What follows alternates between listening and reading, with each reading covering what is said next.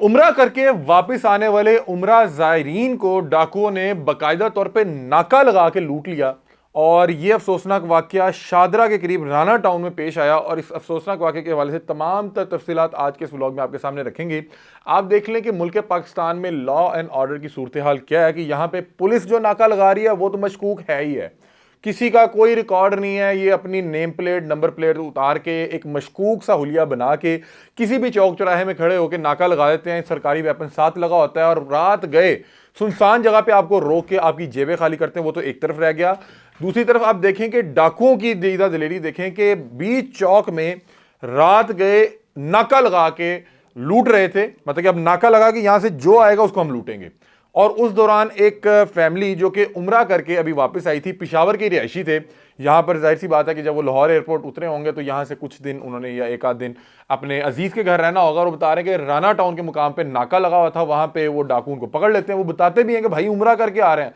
उसने कहा कोई बख्शिश नहीं है, कोई माफ़ी नहीं है, और उन्होंने वहाँ पे जो है मौके पे लूट लिया। इस खबर की जो तफसीलात है कुछ इस तरह से है कि फिरोज वाला राना टाउन डाकू नाका मुतअद्दिद अफराद समेत उम्रा करके घर वापस जाते हुए जो उम्रा ज़ायरीन थे वो भी लुट गए। फिरोज वाला 5 डाकू नाका लगाकर असले के जोर पर शहरियों को लूट कर खेतों में बिठा जाते रहे। मतलब कि अब वो करते क्या थे कि उनको पहले लूटते थे और लूटने के बाद उनको बांध कर उनको खेतों में बिठा जाते थे।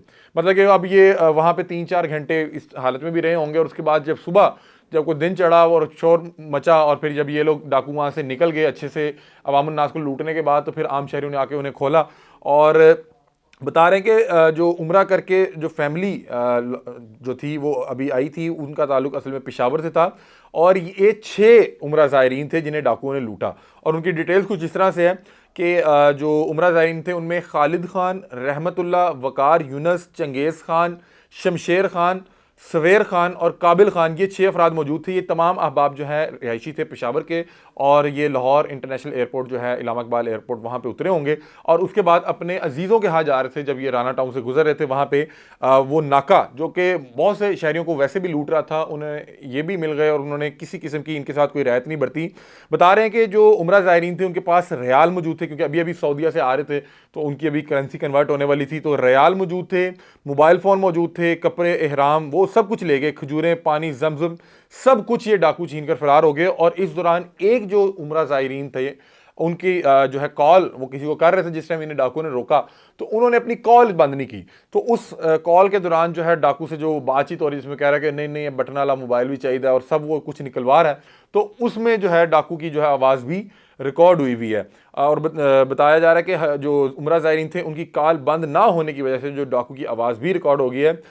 जो इस हवाले से हमारी जो कुछ हमारी उनके फैमिली से कुछ ज़राए की बात हुई तो बता रहे हैं कि उम्रा ज़ायरीन की दरख्वास्त ये है कि देखें जी हम उम्रा करके आए थे और जैसे हम पाकिस्तान पहुँचे तो हमें डकैतों ने लूट लिया। और ये दिन दिहाड़े जिस तरह पुलिस ने नाके लगाए होते हैं, पुलिस के गैर कानूनी नाके होते हैं, उसी तरह एक गैर कानूनी नाका था जिसमें वर्दियां पुलिस वाली नहीं थी लेकिन उनका कॉन्फिडेंस वही था।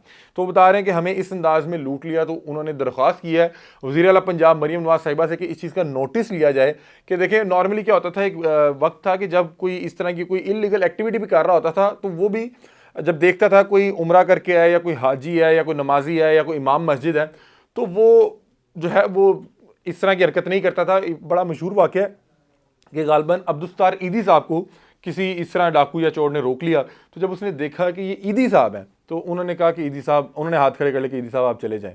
तो दूसरे ने पूछा ये कौन है, उसने कहा ये वो है कि जब हम जैसे कोई इस तरह के काम करते हुए रोड पर कोई गोली मार के चले जाता है तो ये उनका जो है वो आखिरी रसूमात करते हैं। तो ईदी साहब का इस तरह एहतराम किया जाता था। और इस तरह उम्रा करके जो एक ज़ायरीन आ रहे हैं या कोई हाजी आ रहा है उसका नॉर्मली हर शख्स एहतराम कर रहा होता है, लेकिन बहरहाल ये पता नहीं किस तरह के लोग थे और इन्होंने उनको तो लूटा ही लूटा, उसके अलावा वहाँ पे जो है लूट मार का बाजार सरगर्म किया हुआ था। और अफसोस की बात यह है कि जो राना टाउन के SHO साहब हैं वो इस चीज़ से बिल्कुल बेखबर हैं। उन्होंने कहा कोई बात नहीं, हो रहा होता रहे। और उस दौरान जब उम्रा ज़ायरीन ने वहाँ से जब उनको बाजियाब किया गया, उनको खोला गया, खेतों से निकाला गया, तो उन्होंने जब पुलिस को कॉल की तो पुलिस ने इतनी भी जहमत दी कि मौके पे जाके कोशिश कर लेते, वहाँ पे इन्वेस्टिगेट करते। या इस तरह का जो ग्रोह है जो इस तरह से दिन दिहाड़े और रात के अंधेरे में दीदा दिलेरी के साथ नाकाबंदी करके लोगों को लूट रहा है कि उनकी कोई निशानदेही की जाए, उनको पकड़ा जाए, लेकिन उन्होंने कहा कोई ऐसे मसले वाली बात नहीं है। तो मेरा ख्याल है इस हवाले से मरीम नवाज साहिबा को वाकयातन जो है कुछ देखना पड़ेगा या नोटिस लेना पड़ेगा, क्योंकि ये नोटिस लेते हैं तो ये 1 मिनट में पकड़ लेते हैं। वो जिस शख्स को सीधा जो है फायर खोला गया था जिसकी गाड़ी पे बीजिंग मेरा ख्याल है कि अंडरपास था, उसको चंद घंटों में क्यों पकड़ लिया जी? डीआईजी साहब ने नोटिस ले लिया। तो मेरा ख्याल आप नोटिस लेंगे तो 1 सेकंड के अंदर ये पूरा ग्रोह पकड़ा जाएगा। वल्लाह वाला मुझे नहीं पता है इनकी पुलिस वालों के साथ जो है वो मामला तय होते हैं या क्या होता है कि पुलिस कैसे मुमकिन है कि एसएचओ के इल्म के बगैर कोई कहीं पे नाका लगाओ, और वो लगाया भी डकैतों ने हो, और पूरी रात जो है लूट मार का बाजार सरगर्म करें। ये तब ही हो सकता है कि जब वो कहते हैं ना कि वो अगर आपका जो गार्ड है वो रला हो, या वो जैसे पंजाबी की कहावत है कि जी कुत्ती चोरा ना रली हुए, तो फिर नहीं पता लगता कि किदों चोर आए तो की करके गए ने। तो इस वाले से मेरा ख्याल है कि ये बड़ा अफसोसनाक है और ये बड़ा अलार्मिंग है कि इस तरह के नाके, इस तरह के गैर कानूनी नाके और इस तरह के पुलिस के एहलकारान की जानिब से गैर कानूनी नाके लगते हैं और एसएचओ साहब जो है वो बिल्कुल बेखबर होते हैं। तो अगर आप इस अहल नहीं है कि आपको ये इतने फूल तारे लगे हो, आपके सामने एसएचओ लिखा हो, तो फिर आप वर्दी उतारें आपके कि ये मनसब कि मैं अहल नहीं हूं, ये किसी और को दे दें। बहरहाल ये तमाम डिटेल थी इस अफसोसनाक वाक़े के हवाले से। आप लोग इस हवाले से क्या राय रखते हैं हमें कमेंट सेक्शन में ज़रूर आगाह कीजिएगा। तब तक के लिए अपने मेज़बान अली हमज़ा को दीजिए इजाज़त। अल्लाह हाफ़िज़।